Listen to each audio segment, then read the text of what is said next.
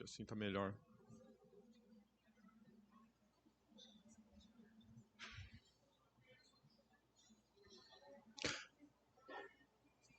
Que alegria, irmãos, estar com vocês, essa oportunidade que nos foi dada, justamente de poder compartilhar a palavra com os irmãos, falar um pouco do nosso trabalho lá na França, que nós temos desenvolvido, justamente prestar um pouco de contas do nosso trabalho à amada igreja, que tem orado por nós, tem nos sustentado, tem nos ajudado, e isso para nós é uma grande alegria. Mas, primeiramente, eu gostaria de agradecer ao convite feito pelo reverendo Ronaldo, o conselho da igreja, que nos permitiu estar aqui, compartilhar da palavra, compartilhar nossas experiências e alguns conhecimentos. Agradecer bastante ao Departamento de Missões, sobretudo na pessoa da Natália, que organizou toda essa nossa viagem, nossa estadia aqui, que foi muito abençoada. Meu muito obrigado ao Departamento de Missões, todas as pessoas que são envolvidas com esse departamento e que nos ajudaram, os irmãos que têm nos recebido nas casas, eu agradeço muito pelo carinho e pela hospitalidade. Isso é uma marca justamente que a fé cristã está ativa no coração dos irmãos, e eu agradeço muito. E é justamente sobre essa fé ativa que eu falo nessa manhã, que eu vou falar essa manhã, um pouquinho antes de entrar na pregação ela mesma. Muito obrigado, meu irmão. O reverendo Ronaldo me disse assim, olha, André, você faz uma coisa assim, meio híbrida, você fala um pouco do trabalho da França e prega a palavra. Eu falei, então tá bom, vamos fazer alguma coisa. Na verdade, eu queria deixar dois conceitos para os irmãos que, ao longo dessa semana, desde quinta-feira que nós estamos aqui trabalhando, estamos estudando um pouco dessa relação teologia, filosofia, literatura, e dois conceitos que eu já mencionei nessas conferências que nós demos, e eu gostaria de compartilhar com todos os irmãos para que os irmãos consigam entender qual que é nosso desafio. Da mesma maneira que eu falei quinta-feira, sexta e sábado, eu vou falar para os irmãos. O meu intento não é transmitir um conhecimento para os irmãos. Meu intento é que os irmãos experimentem aquilo que nós vivemos no nosso dia a dia, no nosso cotidiano. É isso que é o meu enfoque. Porque conhecimento, os irmãos podem ler os livros, ler as notícias, e é aquilo. Mas agora experimentar como que as coisas funcionam é outra realidade. Então, só vivendo, só morando, só sentindo na pele aquilo que nós passamos, que é possível. Então, dois conceitos que eu gosto de trabalhar bastante e que eu comento, e que são importantes para entender o que é a Europa hoje, o contexto europeu enquanto um contexto missionário. Porque nós temos a ideia que a Europa é cristianizada, que ela é cristã, e não é longe disso. Se a gente chega para um francês médio no meio da rua e pergunta para ele quem é Jesus, não perguntando religiosamente, perguntando historicamente, a pessoa histórica de Jesus Cristo, ele não sabe dizer quem foi. Não sabe.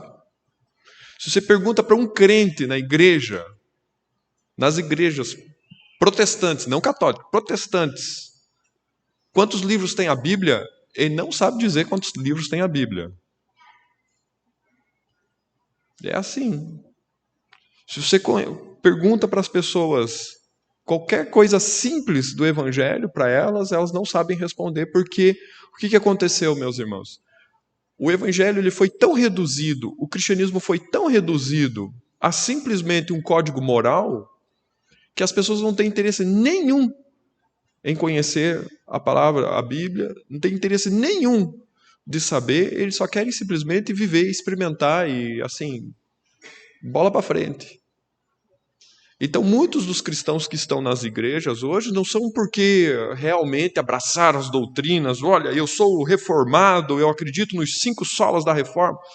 Não, é simplesmente porque o meu tataravô, meu bisavô, meu avô, meu pai era protestante, então eu me tornei protestante.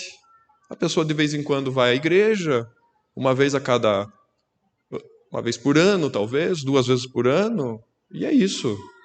A mesma coisa que nós falamos hoje aqui no Brasil, nós falamos do católico nominal, lá tem o protestante nominal. E é a grande maioria, diga-se de passagem.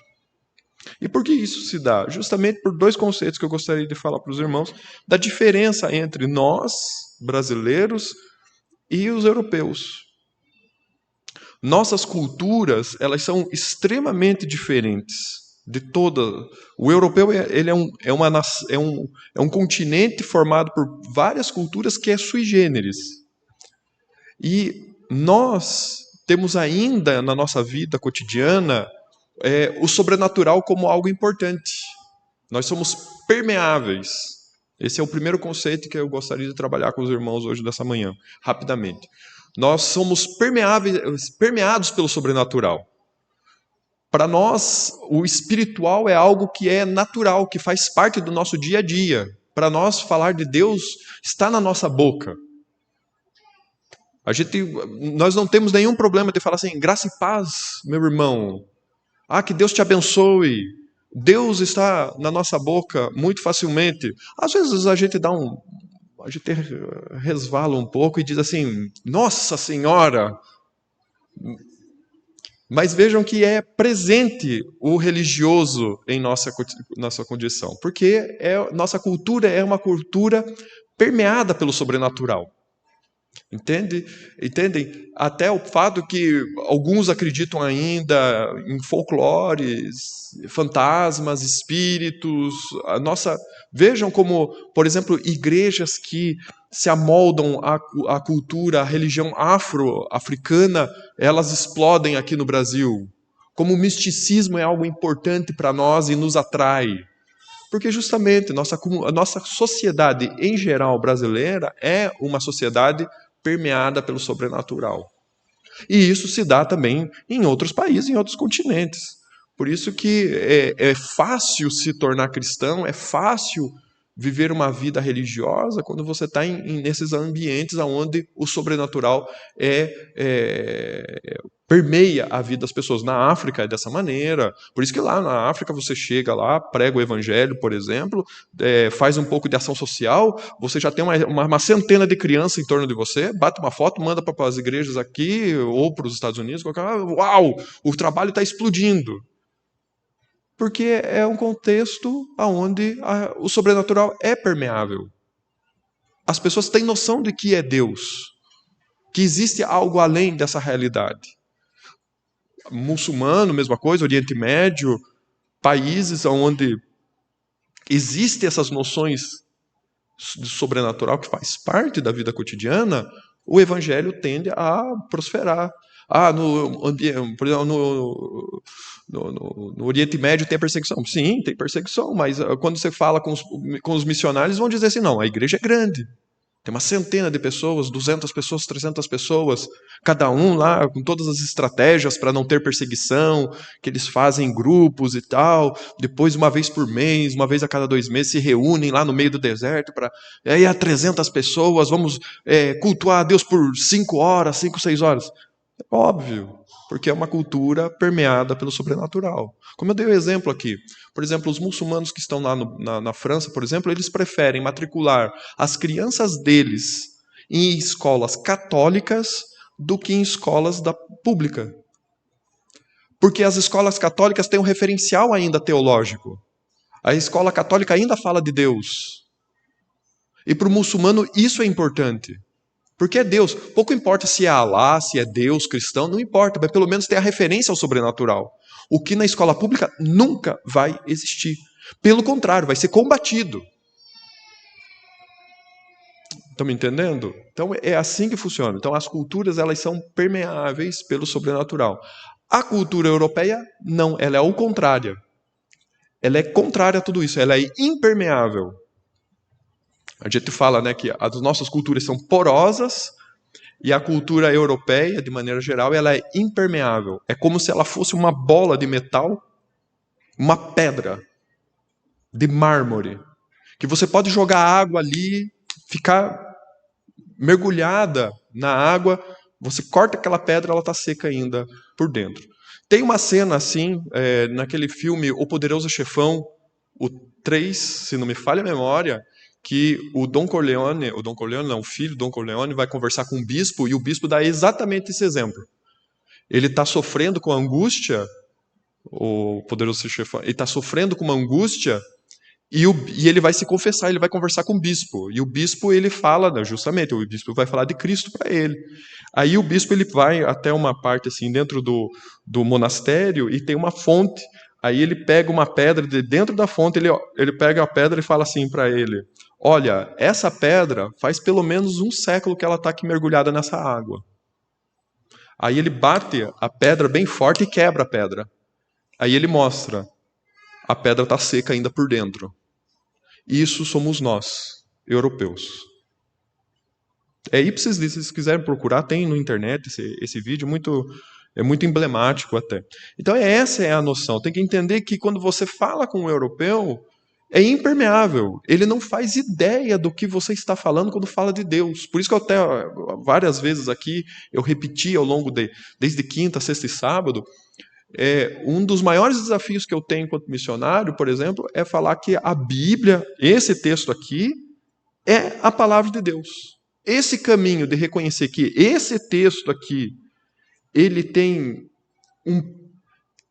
é a palavra de Deus, é um poder que tem uma autoridade sobre a minha vida, sobre a vida de todas as pessoas desse universo, porque ela foi falada pela boca de Deus, é algo que para eles não faz algum sentido.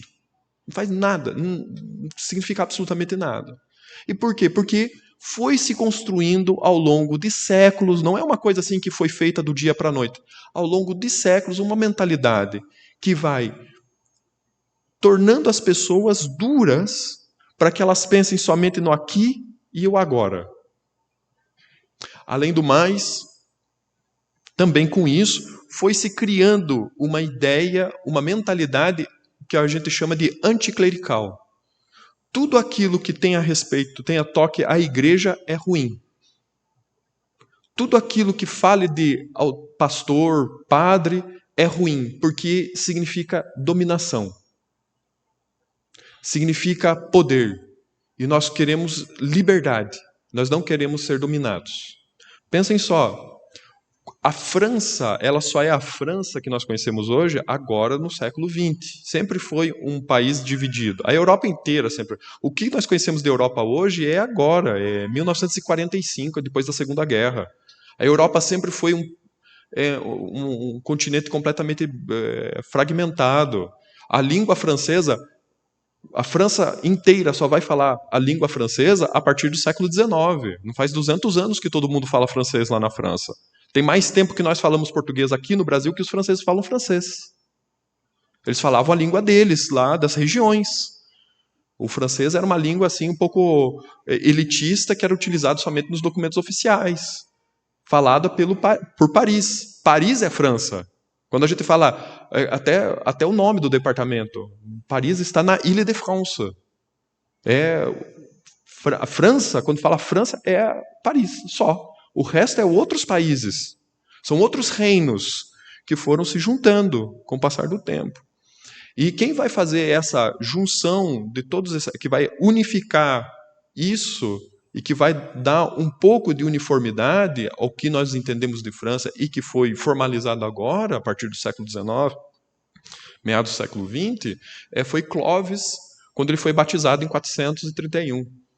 O batismo de Clovis ele é marcante para o povo francês, justamente porque ele reunifica todos os 4 grandes reinos que existiam na França nessa época, do século V.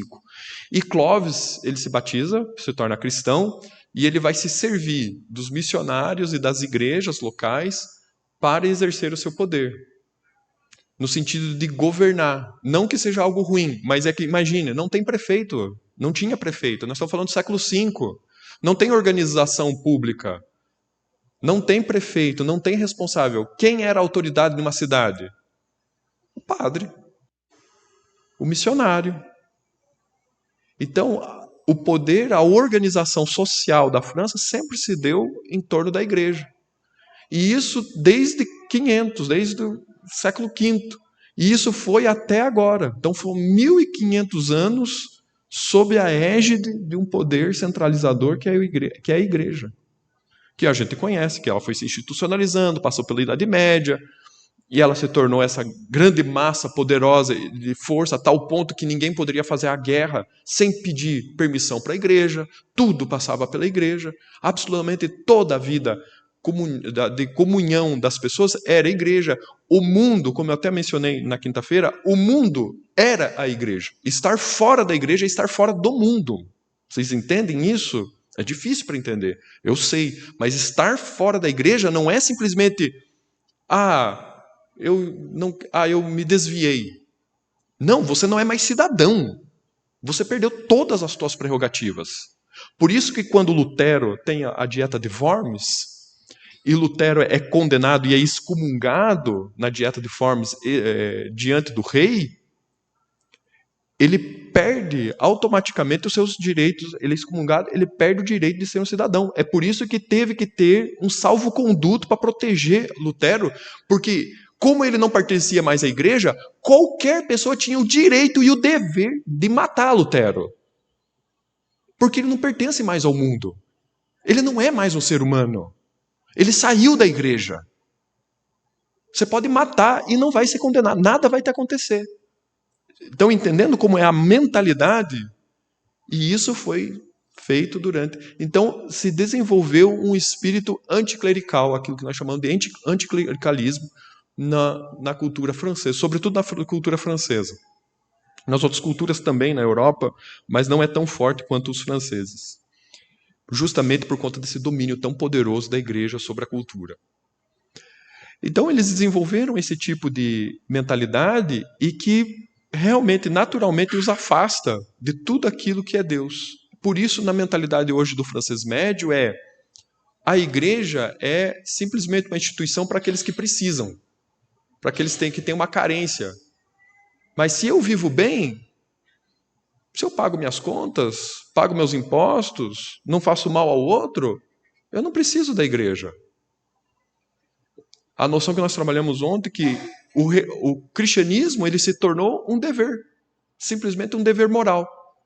Mas ser uma boa pessoa, qualquer um pode ser uma boa pessoa. Tem um monte de não crente aí, e os irmãos devem conhecer muitas pessoas que não são cristãs e que são excelentes pessoas. Pessoas exemplares na sua vida cotidiana, na sua vida de família, na sua vida de negócios, de trabalho. Então, vamos tirar de lado esse negócio de igreja, porque eu sei, é difícil acordar cedo, vir domingo de manhã, domingo à noite, tem muita coisa para fazer, são as atividades, é cansativo isso. Que tal nós largarmos mãos? Porque nós já somos boas pessoas. Se a igreja serve só para isso, então tá. Então é por isso que a Europa, ao longo dos séculos, ela foi se perdendo nesse caminho. Foi perdendo esse sobrenatural e se tornando dura. Foi criando-se uma carapaça contra o cristianismo de maneira geral e contra as religiões de maneira geral. Então, quem faz parte das religiões são as pessoas que nasceram nessas religiões, basicamente. A gente fala assim, o islamismo está crescendo. Está crescendo, mas não por conversão de francês ao Islã. Está crescendo porque os camaradas vão para a França, trazem pai, mãe, tio e tia, tem 10, 15 filhos, naturalmente cresce. Mas isso não é também matemático do jeito que eu já estou falando. Tem um vácuo. E é por isso que aí os franceses vão buscar espiritualidades, outras formas de espiritualidades, para realmente suprir essa necessidade que existe, porque você não é simplesmente tirar uma religião e ficar sem nada. Tem que pôr algo no lugar. E tem que ser algo semelhante àquilo. Então, nós temos as ideologias políticas, de um lado, que trabalham nesse sentido, militância, nós temos religiões místicas que vão aparecer, a volta do paganismo, por exemplo. Então, até mencionei ontem à noite, não na hora da conferência, mas depois nós estávamos comentando, existem duas religiões hoje que crescem bastante na França. Que é o islamismo, como eu acabei de mencionar, uma religião que cresce muito na França, e a segunda grande religião que cresce muito na França são os evangélicos. Mas não evangélico no nosso sentido. Nós entendemos evangélicos todos, tudo aquilo que não é protestante, tudo aquilo que não é católico. Para o francês existe o católico, existe o protestante, que é luterano reformado basicamente, e daí tudo aquele espectro de igreja que tem uma teologia um pouco batista e um pouco carismática, e que tende a um tipo de misticismo. Então, a Assembleia de Deus, esse tipo de igreja universal, teologia da prosperidade, incrivelmente, são coisas que atraem as pessoas. Então, você tem muito dessas igrejas que são da moda, que fazem show, sabe? Então, tem umas igrejas que são assim, tipo Bola de Neve, Hillsong, que chamam bastante, que atraem bastante. Só que é aquela superficialidade, é tão profundo quanto esse púlpito aqui, ó. Mas é justamente só para suprir esse vácuo religioso, esse vácuo de espiritualidade que está aberto e que não se fecha. Então não é um cristianismo real, um cristianismo que realmente está dando resultados e transformando a sociedade. Bem pelo contrário. Essa impermeabilidade que eu falei para vocês e esse anticlericalismo gerou um negócio que é horrível e que tem chegado aqui no Brasil, e que aí meu ponto de alertar os irmãos para prestarem atenção nisso antes que se alastre e se aprofunde cada vez mais, porque já tem começado nas nossas igrejas. Uma praga maldita, diabólica, chamada individualismo. Sou eu e mais ninguém. O que me interessa sou eu e os interesses da minha família e mais ninguém. E exploda-se o mundo. Se é para me defender, me proteger e para manter o meu status quo, que o mundo se exploda. Isso é um individualismo forte na França. E é justamente essa mentalidade individualista é que não permite que a igreja cresça. Porque a igreja, por definição e natureza, é comunhão. Sobretudo na nossa maneira de compreender a igreja enquanto protestantes reformados. Comunhão dos santos. Nós confessamos isso no nosso credo apostólico. Nós cremos na Santa Igreja Universal, na comunhão dos santos. Se você tem uma igreja de indivíduos e não uma igreja de comunhão de santos, se você tem 20 pessoas, você tem 20 igrejas que não se dialogam, que não vivem junto. E a fé, quando ela é fragmentada desse jeito, ela morre. Porque nós precisamos um dos outros. O meu primeiro pastor, quando eu era jovem, bem jovem, quando eu me converti a Cristo, meu primeiro pastor sempre dava esse exemplo, que eu acho que os irmãos já devem ter escutado esse exemplo, e para mim é muito marcante, e eu guardo até os dias de hoje, porque é verdade isso. A igreja é como várias brasas que estão juntas. Se você tira uma delas e põe ao lado, ela esfria e se apaga. Mas se as brasas continuam todas juntas, elas esquentam umas às outras e o fogo permanece ali por muito tempo. Então, esse anticlericalismo, essa mentalidade impermeável, gera essa maneira individualista de pensar. Vejam mesmo nas nossas relações pessoais. Nós hoje nos relacionamos muito mais através do celular do que realmente nas nossas conversas. Muitos de nós temos muita coragem de falar muitas coisas na internet que nós não teríamos a coragem de falar na frente da outra pessoa. Individualismo. Só penso no meu eu, só penso no meu conforto, no meu bem-estar pessoal. E isso está acima de todos. Individualismo. Então, irmãos, a vida de fé, para que a igreja prospere, precisa-se justamente do se entregar um ao outro.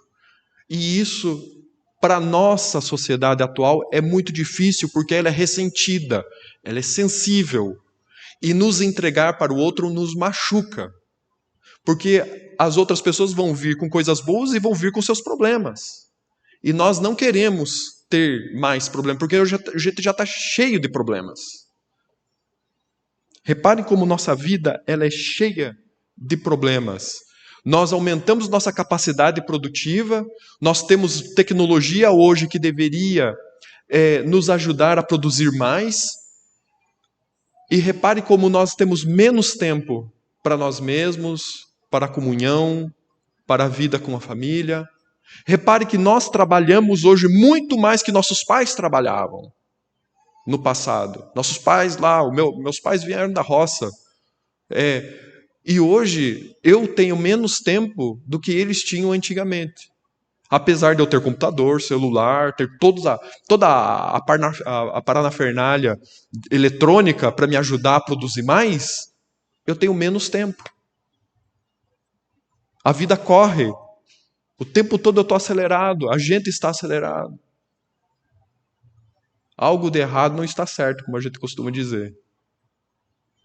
Então é por isso que eu estou falando para os irmãos. E o resultado é isso que nós vemos hoje, dentro da Europa. A perda completa da comunhão. É difícil. Eu conheci um pastor francês que ele me falou o seguinte: André, eu consigo fazer, em 40 minutos eu coloco 40 franceses aqui na frente da minha igreja. Isso é fácil fazer. Agora eu levo 40 anos para pôr um deles dentro. Justamente, porque tem toda uma mentalidade para ser desconstruída e ser reconstruída à luz do Evangelho.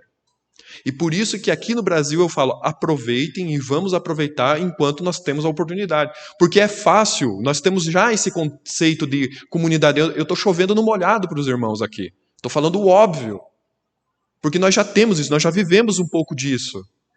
Nós entendemos o sobrenatural. Nós entendemos que existe Deus. Nós acabamos de ler aqui a lei de Deus e para nós faz sentido. A gente confessou os pecados, para nós faz sentido. Para o europeu, não. Que negócio é esse? Para quê? Eu não sinto culpa nenhuma. Confessar o quê? O que eu fiz de errado? Ao contrário, ele vai reverter o argumento. Ele vai dizer, você está me culpabilizando. Grande religião é a tua. Parabéns. Está colocando um fardo em cima das minhas costas, dizendo que eu sou ruim, que eu sou mau. Não é amor? Não é graça? Por que tem que me culpabilizar? Que porcaria de religião. Não quero mais essa igreja. Esse é o raciocínio europeu. É assim, você fala assim, olha meu irmão, olha meu caro, Jesus Cristo morreu pelos teus pecados. Que pecado? Não, veja só, você não cumpriu os mandamentos porque é a aliança de Deus. Pô, cara, já estou sofrendo na minha vida pra caramba. E você vem me falar ainda que eu sou mal? Me esforço pra caramba. E ainda você vem aqui me trazer esse tipo de coisa? Que é isso? Acorda, rapaz. Esse é o pensamento europeu. É simples assim. Então, irmãos, sem mais delongas, porque nós já estamos com o nosso tempo ultrapassado aqui, só queria trazer um pouco o que é experimentar o contexto europeu e entender conceitos chaves que são importantes na vida cotidiana. Então, é basicamente uma estrutura, uma linha de pensamento impermeável, um anticlericalismo forte. Então, a gente rejeita tudo que é a igreja, porque tudo aquilo que é igreja é dominação, e a gente não quer mais isso, a gente quer viver livre, o que cria individualismo. E individualismo fragmenta a igreja em vários pedaços e não permite que a igreja funcione como um corpo. E quando a igreja não funciona de maneira orgânica, ela tende justamente a se destruir.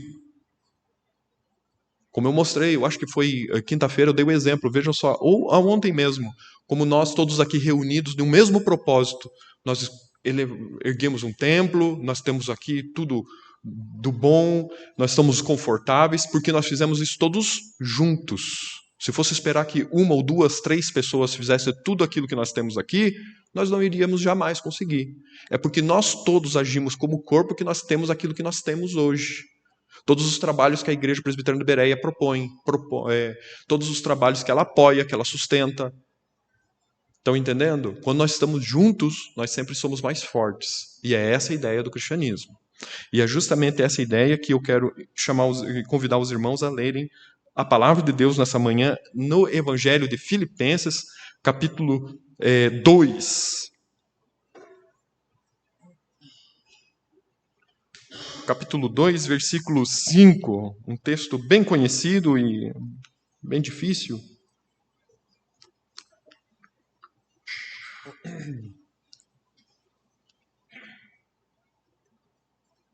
Filipenses capítulo 2, do versículo 5 até o versículo 11.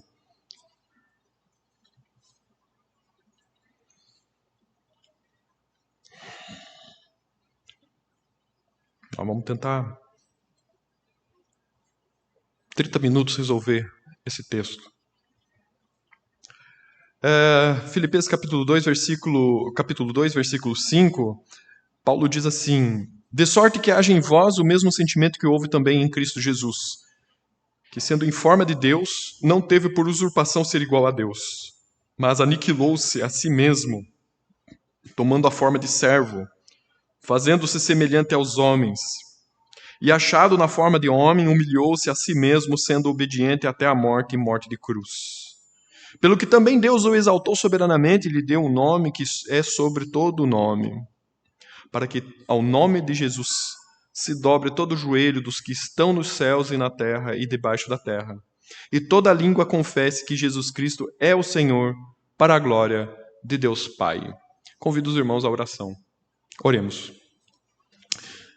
Senhor querido Deus e eterno Pai, nós te rendemos graças porque o Senhor nos concede hoje o privilégio de estarmos juntos aqui para te prestar culto. Esse é o maior privilégio que nós poderíamos ter. A reconciliação contigo e a oportunidade de te servir, de te adorar e de bendizer o teu nome. Perdoa, Senhor, nossos pecados, porque muitas vezes nós menosprezamos esse privilégio que o Senhor nos oferece cotidianamente. Preferimos, Senhor Deus, a nossa preguiça, preferimos, Senhor nosso Deus, o nosso conforto pessoal, ao invés de estarmos aqui reunidos enquanto a tua igreja para te cultuar. Te pedimos humildemente que o Senhor nos dê mais do teu Espírito Santo, para que assim possamos viver uma vida que te agrade, não segundo as nossas próprias vontades, mas segundo a tua vontade revelada nas Escrituras Sagradas. Essa é a nossa humilde oração, suplicando que o Senhor venha nos auxiliar agora, que o teu Espírito Santo nos ilumine e nos mostre a palavra verdadeira desse texto que nós acabamos de ler. De modo que essa palavra se impregne até os nossos ossos. E que assim nós vivamos e hajamos nesse mundo segundo essa palavra. É em nome do Senhor Jesus Cristo, nosso Senhor e Salvador, que nós oramos. Amém. Irmãos, esse texto ele é muito interessante porque Paulo, nos versículos anteriores, ele está combatendo dois problemas que existiam na igreja, na recente igreja, na jovem igreja de Filipe, e Paulo está defendendo a unidade da igreja. Esse é o contexto que nós devemos ter em mente quando nós lemos esses versículos que normalmente são fruto de muitos debates de especialistas e teólogos por longos séculos e até hoje nós ainda discutimos esse texto que nós acabamos de ler.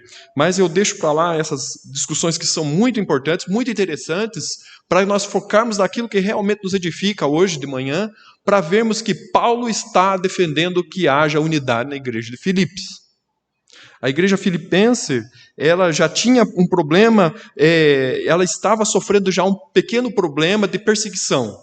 Paulo, ele não está mais em Filipos, porque justamente ele foi perseguido de maneira violenta e ele teve que fugir dessa cidade por conta da perseguição. Então Paulo, ele analisa e verifica que existem dois grandes problemas que ameaçam a igreja de Filipos nesse momento. Primeiro, aquilo que ele passou, isto é, perseguição exterior da igreja. Autoridades do governo vão perseguir a igreja filipense por conta da mensagem do evangelho, que causa um certo problema, um desconforto no meio social. Porque é totalmente contrária, a mensagem do evangelho é totalmente contrária à religião do Estado, que era aquela hegemônica no Império Romano, e Filipos é uma das primeiras igrejas, uma das primeiras cidades europeias que vai ser evangelizado pelo apóstolo Paulo. Então, o primeiro problema, perseguição externa. Segundo problema, interno. É dentro da igreja que nós encontramos muitas ameaças. E Paulo vai trabalhar justamente dois grandes problemas que ameaçavam a unidade da igreja: vaidade e egoísmo. A unidade da igreja cristã, ela é ameaçada por esses dois grandes problemas: vaidade dos membros e egoísmo de cada um. E Paulo vai combater essa maneira de pensar. A base do argumento de Paulo para os filipenses, para eles viverem juntos, é encontrada no texto que acabamos de ler. Um dos textos mais complexos de toda a Bíblia, que nos dá bastante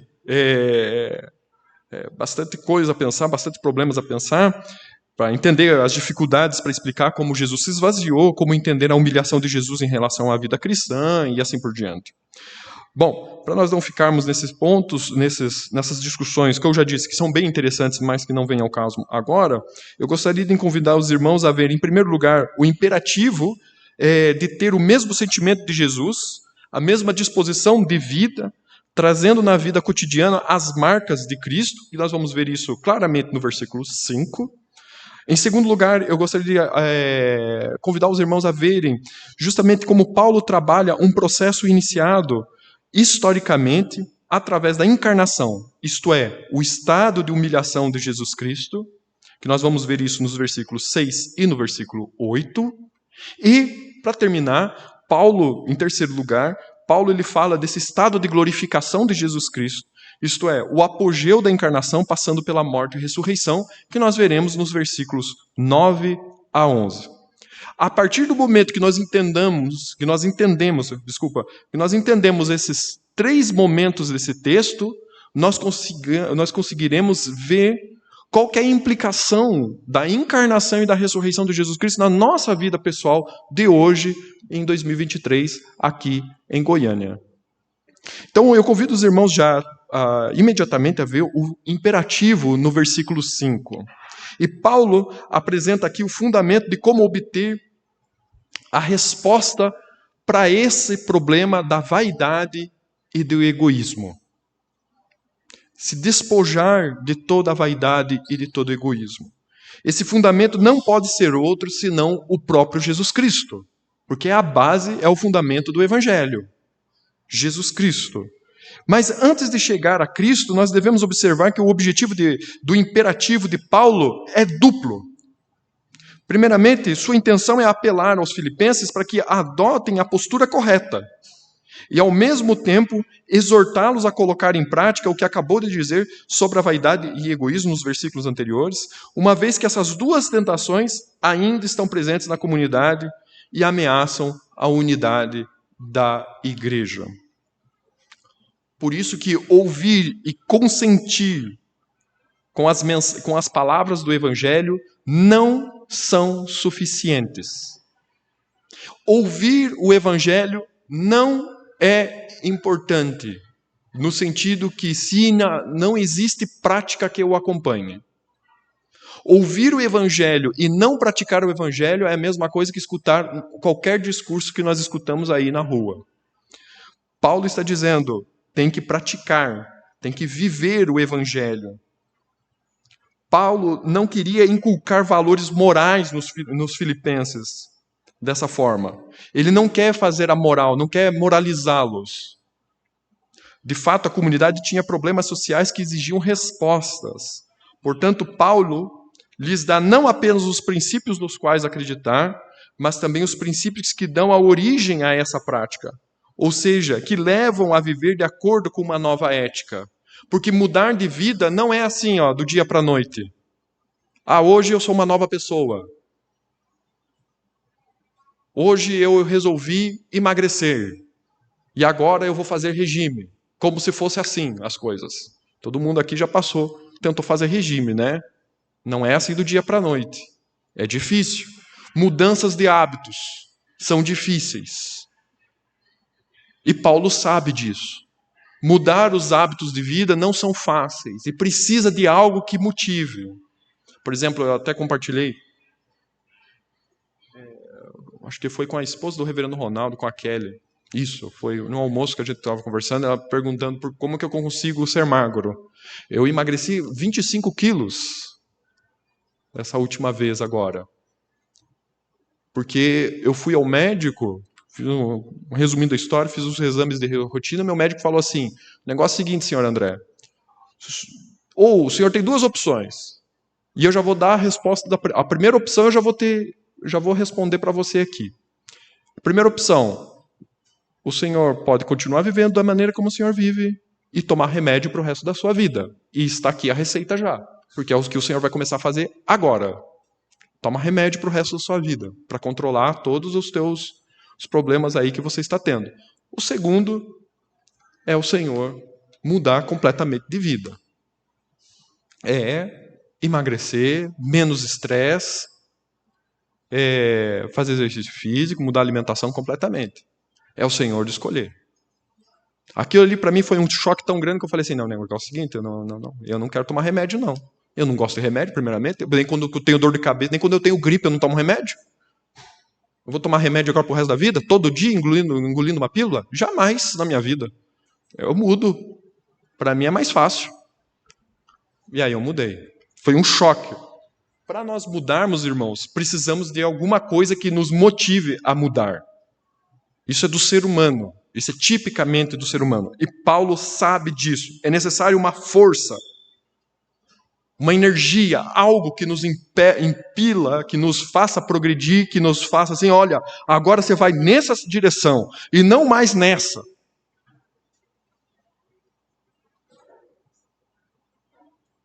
Para termos uma nova ética, nós precisamos de um fundamento, de um novo fundamento de vida. Que justamente esses novos princípios vão dar origem a uma nova prática, ou seja, que nós vivamos de uma nova maneira. Mas isso não é tudo que o texto está nos mostrando. Para implementar essa nova ética, é necessário uma força. E é justamente essa força necessária que Paulo vai estar falando nesse texto. É importante prestar atenção ao que nós estamos prestes a dizer aqui. Por isso que eu chamo a atenção dos irmãos, para que os irmãos entendam bem aquilo que eu vou falar, para que nós possamos viver esse texto de maneira muito plena.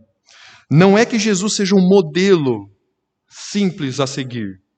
Tem outros textos lá, nós vamos encontrar na Bíblia, outros textos para seguir Jesus. Não esse.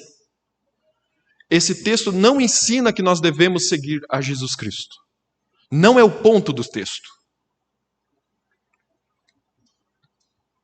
Não é um modelo a ser seguido. O que estamos falando aqui é que, o que Paulo está falando é que a encarnação de Jesus Cristo, a sua encarnação, a morte e a ressurreição de Jesus Cristo liberaram uma fonte de poder capaz de transformar a ação humana. Paulo está dizendo assim, a partir do advento da pessoa de Jesus Cristo, a segunda pessoa da Trindade encarnada, hoje e somente hoje é possível que o ser humano seja transformado. A ética grega nunca conseguiu fazer, que era a ética justamente centrada em si. Eu faço o bem para o outro porque eu sou mais poderoso. Porque fazer o bem, viver uma vida de virtudes, me bota em um estado superior às outras pessoas. Essa ética não funcionou. A ética judaica não funcionou de obedecer os mandamentos. Porque obedecer mandamento sem ter um coração transformado, sem ter algo lá de dentro que faça fluir a vida, uma nova vida, é religiosidade. É algo do exterior que é me dado para o meu interior. Isso é religião. Não funciona. Paulo está falando, não vai funcionar se vocês pensarem nos moldes éticos que estão propostos aí na nossa sociedade. Precisamos de uma nova base. Nós precisamos de uma nova força. Nós precisamos de um novo imperativo. Portanto, o imperativo de Paulo para nós, hoje, ele é melhor, ele é mais bem entendido quando nós pensamos da seguinte maneira. Meus irmãos, quando nós passamos tempos de dificuldades, quando nós passamos tempos de ameaça, quando nós passamos tempos de atrocidades na nossa vida, quando nós passamos por períodos de tentação, quando nós passamos períodos de provas na vida, de provações, é nesses momentos que nós devemos produzir vida. Esse é o imperativo de Jesus, o imperativo de Paulo. Tenham o mesmo espírito de Jesus, a mesma disposição de Jesus. Porque Jesus, quando morreu, ele produziu vida. E agora vocês passam por dificuldade. E vocês não vão responder como o mundo responde. Vocês vão tirar do lixo, vocês vão tirar as melhores coisas que existem. E do momento de destruição total, quando a vida não tem mais sentido, quando tudo se perdeu, é agora que vocês vão produzir as coisas boas para a glória de Deus. É isso que Paulo está falando. Quando vocês forem esmagados pela perseguição do Estado, é agora que vocês vão empunhar a bandeira do Evangelho e falar assim: nós vivemos para Cristo. É ali que vocês vão produzir a vida. E se o inimigo estiver passando fome, vocês vão dar de comer para ele. Se aqueles que estão fazendo mal para vocês, vocês vão bendizer essas pessoas. Vocês não vão retribuir o mal com o mal, mas o mal com o bem. Porque foi exatamente isso que Jesus Cristo fez na cruz do Calvário, morrendo pelos seus inimigos, dando a vida para aqueles que o menosprezaram. Na morte, Jesus Cristo produziu vida. Na fraqueza, nós somos fortes. A igreja é a única instituição nesse mundo, de todas as civilizações, de todas as épocas, a igreja é a única instituição que é capaz de, quando ela é perseguida, atormentada, ela é capaz de se renovar e se manter e continuar de pé proclamando a mensagem do Evangelho. Ela é a única instituição que já continua existindo já faz 2000 anos. É a única que demorou tanto tempo, que leva tanto tempo, que está aqui presente nesse mundo por tanto tempo. A igreja, ela tira a sua força da fraqueza. É uma coisa inacreditável. A igreja é uma instituição que é sui generis, ela é única. Quanto mais fraca, mais forte ela se torna. Como o bispo Tertuliano disse ao imperador: o sangue dos mártires é a semente da igreja. Você mata, o imperador, hoje um cristão e amanhã nascem 2. Isso é o poder da igreja. Quanto mais perseguir, quanto mais ter problema, quanto mais fraquejar, ela vai, de uma maneira ou de outra, renascer. Por quê? Porque não é uma instituição humana. É a instituição do Espírito de Deus. É o templo divino. Deus nunca ficou sem adorador na face dessa terra e vai continuar sem ficar. Existirá até o último dia desse mundo igreja para adorar a Deus. É por isso, meus irmãos, que nós devemos aprender. Eu sei que é muito difícil isso, porque vai contra os nossos instintos humanos.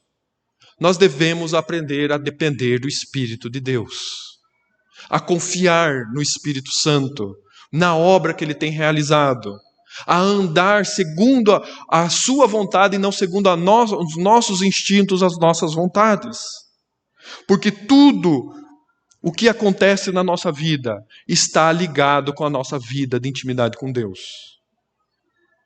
É por isso que nós precisamos ter mais vida com Deus. Porque quando nós enfrentamos os problemas da vida, nós podemos ter os olhos bem abertos para entender: não, Deus não vai me deixar perecer. E de uma forma ou de outra, minha vida vai glorificar a Deus neste problema. E é isso que importa. Só isso que importa. Nada mais importa.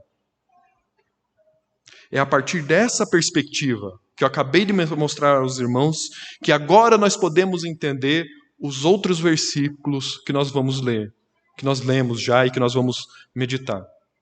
É nessa perspectiva que nós entendemos o que significa o estado de humilhação e o que é o estado de glorificação de Jesus Cristo. Porque Paulo não vai dar o exemplo pessoal. Paulo não vai contar a experiência pessoal. Ele vai falar do fundamento da igreja. Jesus Cristo, morto, crucificado e ressurreto. Por isso, irmãos, eu convido os irmãos a verem no versículo 6 ao versículo 8 o estado de humilhação.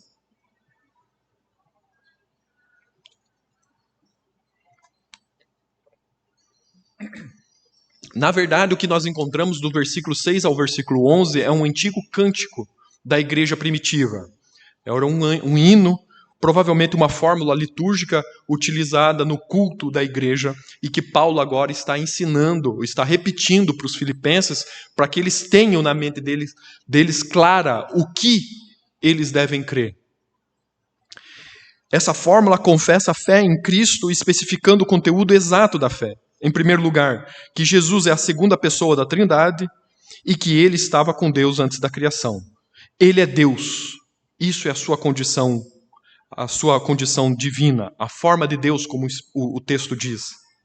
Antes da encarnação, ele era Deus. André, mas isso é um pouco banal. Não, irmãos, não é banal. Entender que a segunda pessoa da Trindade é a encarnação, é encarnada na pessoa de Jesus Cristo, não é algo banal. Eu conheço pastores, por exemplo, na França, pastores reformados que negam a encarnação de Jesus Cristo, por exemplo. Hoje, tenho colegas que eu converso com eles, eles falam, não, imagine, isso é bobagem. Repetir isso daqui que eu estou falando, e que pode parecer evidente, não é algo evidente. Porque é uma das coisas que toda forma de deturpação do evangelho vai tentar fazer, é sempre cortar a relação divina da pessoa de Jesus Cristo. Dizer que ele não é Deus, dizer que ele é um homem, porque efetivamente ele era um homem. Historicamente a gente sabe que ele era um homem. A gente viu, tem relato, não tem como negar que Jesus Cristo não tem existido. Mas agora, dizer que ele é Deus, isso é um passo além. E é a primeira coisa que vão tentar cortar. Na época de Paulo isso já estava acontecendo. Jesus Cristo é Deus, é a forma de Deus. Por meio dele, todas as coisas foram criadas. E aqui é um ponto importante de se prestar atenção. Na modificação que o Novo Testamento vai trazer. Porque no Antigo Testamento, quem é o rei efetivo sobre toda a criação é Deus o Pai. Deus o Pai reina no Antigo Testamento. Não Deus o Filho. A segunda pessoa da Trindade não está no reino. Quem reina, quem dirige, quem conduz é Deus o Pai. Antes da criação e quando todas as coisas foram criadas, Deus o Pai reinava. E é por isso que o diabo quis essa posição quando ele se rebelou contra Deus. Ele queria reinar.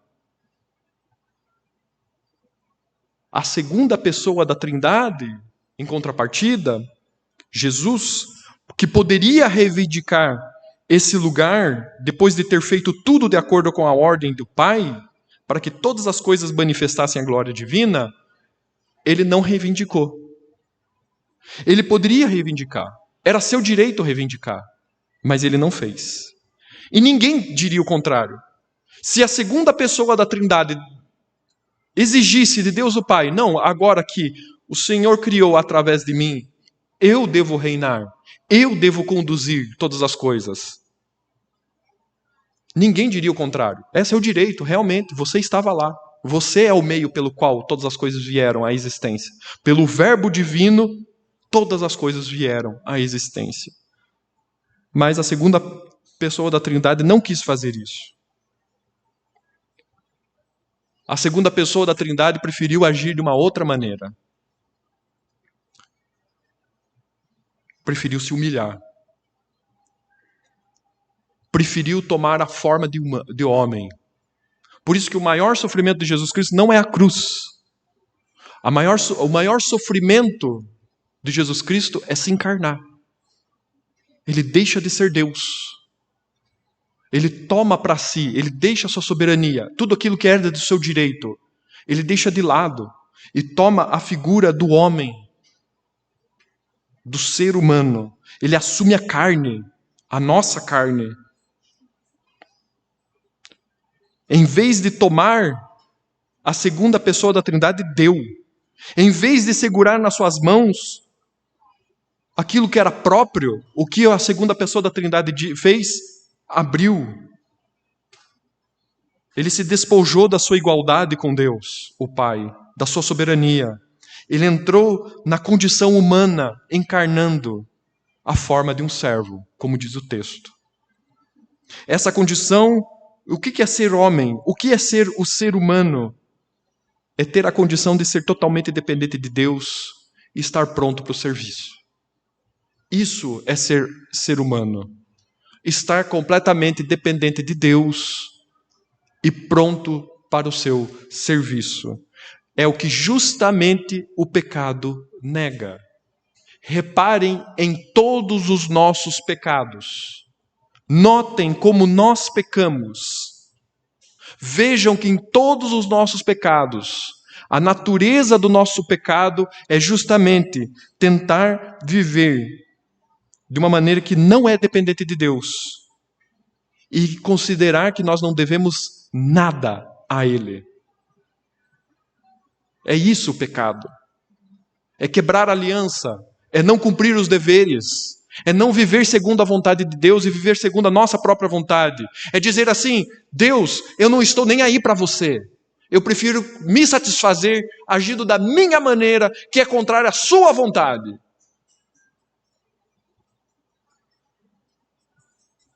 Nós fomos criados para viver em dependência total de Deus e servi-lo com alegria. Jesus Cristo tomou para si a nossa carne, essa condição de dependência. Assim, na encarnação, Jesus deu a si mesmo. Ele se tornou homem, dependente de Deus e pronto para servi-lo. Isso ele fez durante toda a sua vida na terra. Como isso não bastasse, sofreu a injustiça humana que o levou à morte por ser fiel. A coroa de glória por conta da fidelidade de Jesus Cristo, ele recebeu. Foi uma coroa de espinhos, pregado implacavelmente sobre um madeiro. Foi isso que a dependência de Deus e a obediência a Ele resultou na vida de Jesus Cristo. Jesus Cristo experimentou na sua própria carne o inferno. E se nós lermos os versículos 6 ao versículo 8, nós podemos experimentar aquilo que é o inferno. Essa é a descrição do inferno. A injustiça total. Mas graças a Deus que esse texto não termina no versículo 8, ele continua. Ele continua em uma nova etapa. Uma nova estrofe se inicia no versículo 9. E é essa nova estrofe que eu convido os irmãos do versículo 9 ao versículo 11. O estado de glorificação. Tendo morrido na cruz, por sua própria vontade, meus irmãos, agora é Deus o Pai quem faz tudo. Jesus fez tudo aquilo que estava no seu poder. Morreu implacavelmente. Mas agora morto, quem vai agir é Deus o Pai. A graça divina vem sobre Jesus morto. Não foi pelo fato de Jesus ter servido a Deus que ele mereceu ser ressuscitado por Deus. Não é isso. Nunca foi isso. Não é por obras. Mas Deus viu a fé do seu Filho em obediência até a morte para cumprir e restaurar a antiga aliança. Jesus Cristo viveu por fé, dependendo de Deus, servindo, fazendo a vontade de Deus. Foi na fé de Jesus Cristo que Deus viu, agora ele tem que ser ressuscitado. Jesus não é somente o novo Adão, mas ele também é o novo Abraão. A fidelidade à aliança gera necessariamente a vida. Irmãos, guardem bem isso na mente. Ser fiel à aliança gera necessariamente a vida. É a lei divina. Foi isso que Deus disse por Moisés. Se vocês viverem pela lei, pela aliança, vocês vão viver e provar dos frutos dessa terra. Vão viver. Foi isso que Deus falou para Adão. O dia que você comer o fruto, você vai morrer. Ora, se você não comer o fruto, você vai viver. Sempre foi a promessa. A lei é clara. Não tem como mudar essa lei. Fidelidade à aliança gera necessariamente a vida. Jesus é o novo Moisés dessa maneira, quando celebra a nova aliança, a aliança divina. Por isso, meus irmãos, a morte não tem direito sobre Jesus Cristo. Jesus Cristo não deveria ter morrido. É um erro. A morte está usurpando algo que não lhe pertence. A lei divina diz: viveu fiel à aliança, vai viver. A morte não tem esse privilégio. Ela não pode. Ela fez algo que ela não deveria. Ela deve restaurar. Ela roubou a Deus. Ela deve restaurar imediatamente aquilo que ela roubou. Ela tem que dar, porque foi injusto. Jesus não é simplesmente que Jesus ressuscitou. Jesus tem que ressuscitar. É obrigatório que ele ressuscite, porque a lei divina diz: tem que ressuscitar, porque fidelidade à aliança gera vida. Ele tem que sair da morte. Jesus vai ressuscitar. Deus o ressuscita, porque Deus é fiel à sua aliança. Além disso, mas não vamos parar aí, meus irmãos. Deus não o elevou ao primeiro lugar que ele poderia reivindicar como mediador da criação.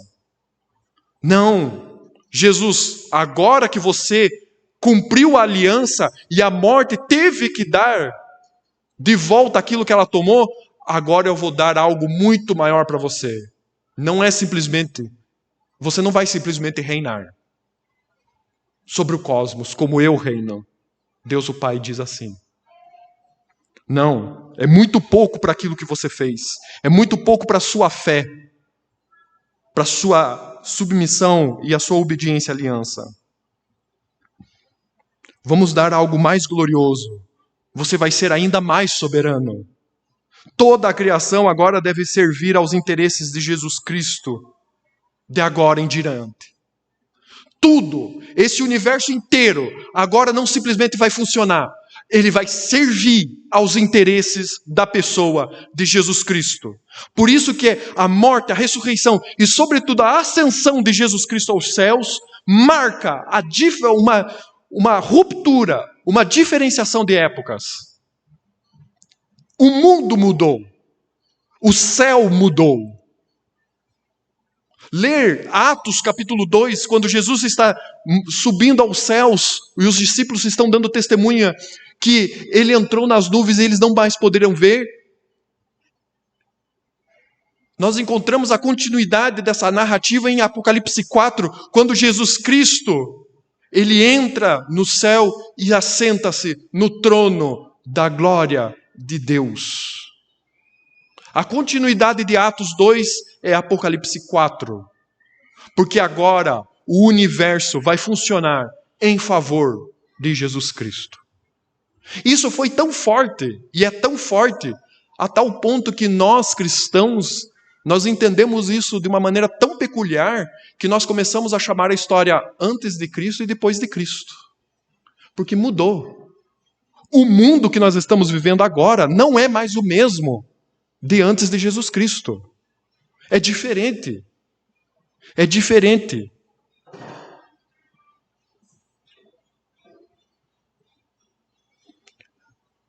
Além do mais, Jesus é pouco ainda. Vamos fazer mais coisa para você.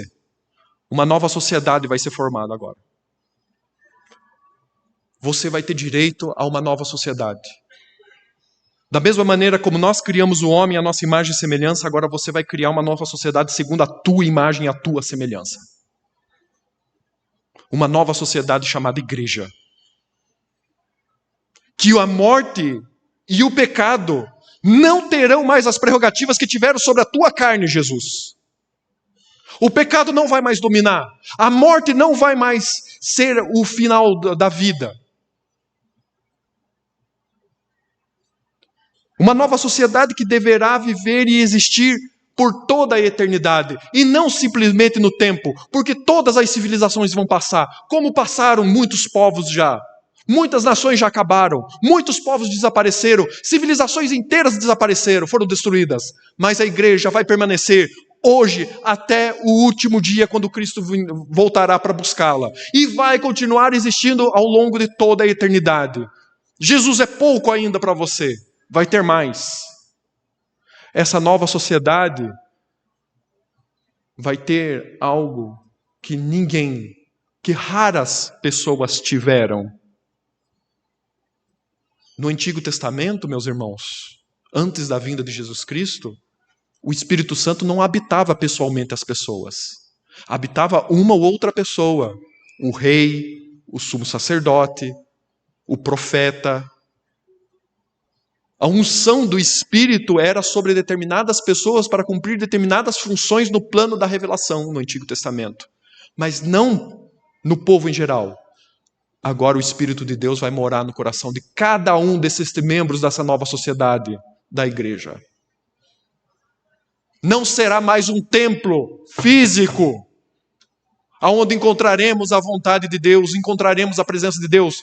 Nós encontraremos a presença de Deus dentro do coração de cada um que confessa Jesus Cristo como Senhor e Salvador. Não será mais com pedras que construiremos um prédio para adorarmos a Deus, mas com pedras vivas, com homens e mulheres cheias do Espírito de Deus. O templo não estará mais em um lugar. O templo vai se espalhar por toda a sociedade, pois aonde tiver um membro dessa nova sociedade, ali estará a presença de Deus, porque o Espírito Santo habita essa pessoa.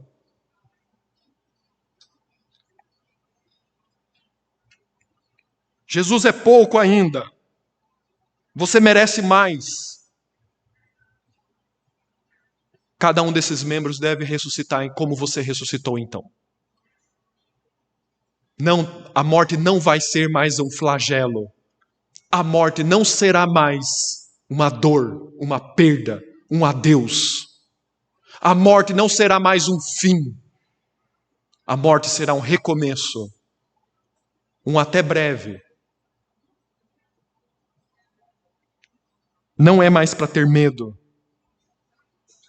Ela não terá mais direitos sobre os membros dessa nova sociedade. Porque da mesma maneira que Cristo ressuscitou dos mortos, cada um que estiver ligado a você, Jesus Cristo, pela fé, vai ressuscitar também. Além do mais, vamos acrescentar mais coisas. Essa nova sociedade que você formará, Jesus, e que o cosmos vai trabalhar para que essa nova sociedade continue e floresça, os poderes do mal não terão mais direito nenhum sobre ela. O inimigo não mais poderá cegar as nações. O inimigo não mais iludirá o povo de Deus. Não como no Antigo Testamento. Vejam no Antigo Testamento como Israel facilmente se desviava de Deus. Não, agora a igreja não será iludida. Sempre haverá profetas, sempre haverá o Espírito esclarecendo o coração das pessoas, sempre haverá pessoas crendo que a Bíblia é a palavra de Deus e vivendo segundo o poder do Espírito de Deus. Uma nova ordem será estabelecida e essa nova ordem permanecerá para sempre. Nada parecido como ela jamais existiu ou existirá sobre esse mundo. E agora ela está sendo formada para a glória de Cristo. Para concluir, meus irmãos, Filipenses, com tudo isso, por que ainda tem vaidade e egoísmo no coração de vocês? Por que vocês ainda estão pensando no bem-estar pessoal? Se mordendo porque um acha que é injusto tal coisa ou tal outro. Porque o ego está ferido. Porque tem dificuldade de perdoar. Filipenses, vejam a glória de Jesus Cristo, o que Ele fez, o que Ele ganhou, o que Ele recebeu. A nova aliança que vocês fazem parte agora. Por isso, meus irmãos, o texto não nos incentiva a imitar Jesus Cristo na sua morte, na sua vida, morte e ressurreição. O texto não nos moraliza ao nos dar um paradigma, um modelo a ser seguido. Não! O raciocínio de Paulo não serve para aumentar a nossa piedade pessoal. Na verdade, o que esse texto nos convida a fazer é ver que estamos em uma nova era sob o poder da graça e viver segundo a graça. É entender as implicações da graça na vida cotidiana. Esse poder está em nós agora. Nos foi dado. Ele nos mostra que agora nós temos esse poder de transformação pessoal dentro de nós. E que nós devemos viver de acordo com esse poder. Fomos introduzidos em uma nova era, em uma nova ordem, que não está mais sob o domínio dos nossos falsos raciocínios, dos nossos interesses pessoais, dos nossos sentimentos distorcidos, das nossas vontades viciadas. Não! Mas estamos sendo introduzidos a uma nova sociedade formada pelo amor, de acordo com a revelação de Jesus Cristo, o Rei soberano da igreja, o Rei soberano do mundo, do universo, que está redimindo tudo para a glória de Deus e que entregará o seu reino a Deus o Pai. A morte e ressurreição de Jesus Cristo desencadearam uma força que nos permite viver de forma diferente. Uma nova ética pode ser estabelecida, uma nova vida pode ser vivida. Qual é essa força? Qual é essa força, vocês podem me perguntar? É o fato de que o pecado e a morte não têm mais nenhuma prerrogativa sobre nós, como tinham sobre a pessoa de Jesus Cristo que foi crucificada. Nós não vamos morrer espiritualmente. Passaremos pela morte física, claro. Mas espiritualmente, nós vamos viver eternamente com Deus e com Cristo. Pois essa é a promessa, esse é o cumprimento da promessa. Vocês serão o meu povo e eu serei o vosso Deus. Essa é a grande promessa do Evangelho. Um Evangelho que dá outra promessa que não essa, não é Evangelho. Assim como ele, como Cristo, teve de ressuscitar dos mortos, nós também teremos, é obrigatório ressuscitar dos mortos. Porque agora temos o Espírito da vida, o Espírito Santo. É por ele que devemos viver. Por isso, meus irmãos, quando nós somos fracos, é aí que somos fortes. Porque não é mais a força no nosso braço, não é a nossa carne, mas agora é o Espírito que age em nós. E é isso que nós devemos ter em conta na nossa vida cotidiana. Vejamos o exemplo de Jesus Cristo. O que ele fez por nós, a força que ele abriu e que nos permite hoje viver de uma nova maneira. Oremos. Senhor, que glória que o Senhor nos deu. Nós somos indignos de tudo isso que o Senhor conquistou sobre a cruz do Calvário para nós. Que alegria estarmos inseridos na nova aliança do teu Filho Jesus Cristo, aliança inquebrável, não feita com sangue de bezerros, de novilhos, mas feita pelo sangue do Cordeiro de Deus, que tira o pecado do mundo. Querido Deus, eterno Pai, abre nossos olhos para que nós entendamos a dimensão do teu amor e vivamos segundo o teu amor, segundo a tua revelação. Fortalece-nos, ó Pai, porque nós precisamos de ti desesperadamente.